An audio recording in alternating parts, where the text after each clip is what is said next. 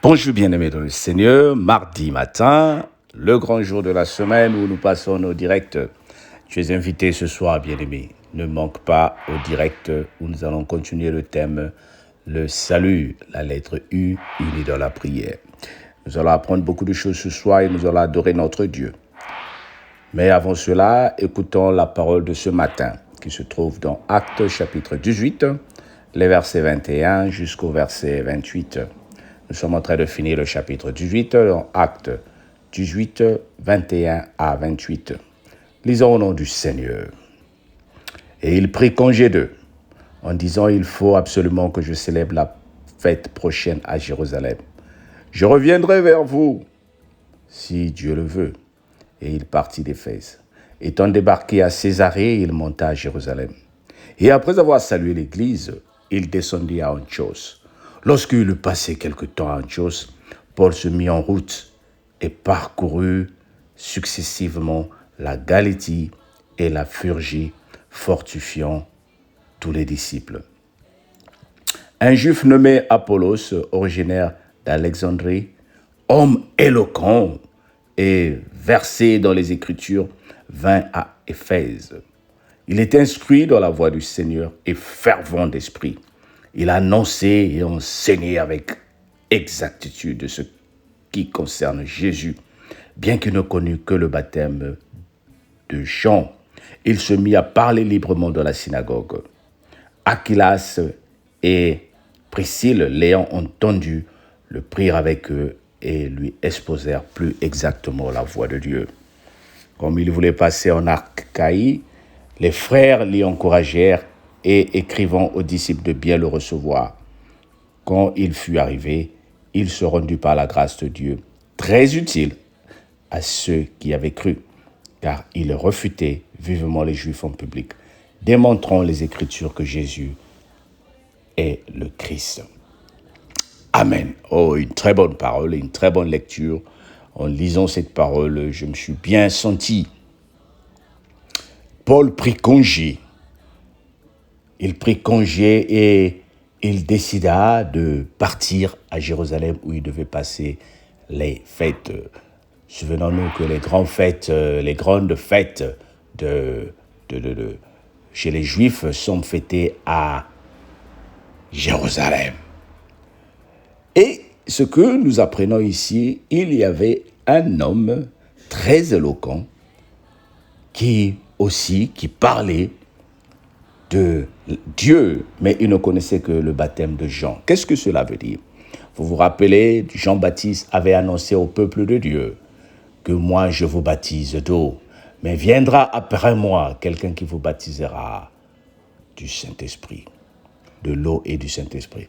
Donc Jean, lui, avait prédit qu'il n'allait baptiser que d'eau, mais le Seigneur lui-même allait venir pour nous apporter une bonne chose et une chose détaillée. L'Esprit de Dieu devra descendre sur ceux qu'il avait reçus comme Seigneur et Sauveur. Vous voyez ici, ce monsieur, bien qu'il est limité, mais il jouait déjà un rôle dans la voie du Seigneur. Il y a dans nos églises, dans nos cellules, dans nos familles, des gens qui connaissent la parole de Dieu, qui ont reçu une partie de la parole de Dieu, qui ont reçu les enseignements, mais qui sont très limités, bien-aimés. Ils sont très limités parce qu'ils ne peuvent que donner. Comme on dit, on ne donne que ce qu'on a. Ils ne peuvent donner que ce qu'ils connaissent. Il y en a qui sont des traditionalistes parce qu'ils ont grandi dans l'église traditionnelle où on leur a appris à reciter les chapelets, à reciter les versets bibliques, mais au fait, il n'y a rien d'autre. Il y en a qui sont dans les églises, qui connaissent toutes les lois, tous les sacrements, mais rien d'autre aussi. Je ne suis pas ici en train de juger ou de parler d'une église particulière, mais je suis en train de parler de certains chrétiens qui sont dans la foi, mais qui vivent la coutume. C'est tout ce qu'ils savent. Alors, toi et moi, nous sommes rentrés dans la nouvelle alliance. La nouvelle alliance où Jésus nous a promis de rester à Jérusalem dans Acte 1. Et nous allons, à partir du acte 2, il dit, vous allez recevoir l'Esprit. Et quand l'Esprit sera sur vous, il va vous ouvrir les yeux, il va vous ouvrir les oreilles. Vous allez faire des choses que les autres n'ont pas fait. Donc, Nous sommes en train de voir la complémentarité de la foi. Il y a beaucoup de chrétiens, bien-aimés, qui ont besoin de ta prière. Il y a beaucoup de chrétiens qui ont besoin de la chaleur spirituelle. Longtemps, nous avons été dans les églises. Longtemps, nous avons été dans les milieux de Dieu. Mais nous ne savons pas prier. On est toujours comme des bébés spirituels. Ce n'est pas de notre faute. C'est parce que nous avons grandi dans cette tradition-là. Nous sommes allés au catéchisme. On nous a appris la parole de Dieu. On nous a même baptisé d'eau. Mais on n'a jamais reçu le Saint-Esprit. Il faut que les gens déclarent cela. Il faut que les gens acceptent le Saint-Esprit. Il y a aujourd'hui des chrétiens qui, quand ils t'entendent parler en langue, ils sont surpris. Ils pensent que tu es en train de devenir fou. Ces choses-là sont annoncées dans la Bible. Actes chapitre 16, verset 16 le dit. Vous allez parler de nouvelles langues. En mon nom, vous chasserez les démons. Est-ce que, en tant que chrétien aujourd'hui, tu vis comme tout le monde, ou bien tu as mesure de déclarer des paroles de bénédiction et les montagnes sont en train de se déplacer? Ou tu as toujours besoin que les gens prient pour toi et déclarent des paroles pour toi? Qu'à cela ne tienne, nous sommes appelés à vivre ici comme ce frère-là dans Actes des Apôtres. Il était éloquent. Il connaissait la parole de Dieu. Il prêchait la parole de Dieu. Un homme nommé Apollos, originaire d'Alexandrie. Il était très éloquent. Il annonçait la parole de Dieu, mais il était limité. C'est pour te dire qu'il y a des prédicateurs de l'évangile qui sont limités parce qu'ils ne donnent que ce qu'il a appris au séminaire. Il ne donne que ce qu'il a appris au cours théologique. Il ne donne que ce qu'il a appris aux anciens. Et en dehors de ça, il n'est pas encore rentré dans le fond des Écritures. Dans le fond des Écritures, comment rentreras-tu dans le fond des Écritures? Mais c'est en développant une relation spirituelle avec Dieu. Parce que Jean 4, verset 21 jusqu'à 24 nous dit « Dieu est esprit et ceux qui l'adorent doivent l'adorer en esprit et en vérité. » Il faut que toi, tu commences à rentrer dans la profondeur des Écritures pour que tu réalises le secret des Écritures. Nous ne sommes pas pareils, bien-aimés. Chacun de nous a un don particulier. Chacun de nous a une grâce particulière. Aujourd'hui, nous ne pouvons pas tous être dans une église et vivre la même chose. Il y a des chantres, il y a des intercesseurs, il y a des guérisseurs qui déclarent la parole de Dieu, il y a des prophètes, il y a des prédicateurs de la parole. Mais pour que tous ces dons-là se manifestent, il faut que tu rentres en intimité avec Dieu. N'est-ce pas quand tu rentres dans une maison, quand tu la vois dehors, tu ne connais pas la maison comme elle est. Mais quand tu rentres, c'est là où tu commences à découvrir qu'il y a des petites chambres, qu'il y a des grandes chambres, qu'il y a une cuisine, qu'il n'y a pas de douche, qu'il y a ça, que dans cette maison, on vit comme ça, que dans cette maison... Mais tant que tu es dehors, tu n'es pas rentré dans l'intimité de la maison, tu ne peux pas connaître les choses cachées. Voilà pourquoi je t'encourage avec cette parole, que tu commences à rentrer dans l'intimité avec Dieu. Oh, dis avec moi, Seigneur, fais-moi rentrer dans ton intimité. Fais-moi voir ce qui est caché en moi. Fais-moi voir ce qui se trouve dans les chambres de ma maison pour que je commence à exercer ce que tu as prévu comme moi. Oh, bien-aimé, ce n'est pas pour toi seulement, mais il faut que tu amènes cette lumière-là vers des chrétiens qui sont très limités. Je ne dis pas que moi qui prêche cette parole, je suis complet. Voilà pourquoi j'écoute les autres prédicateurs.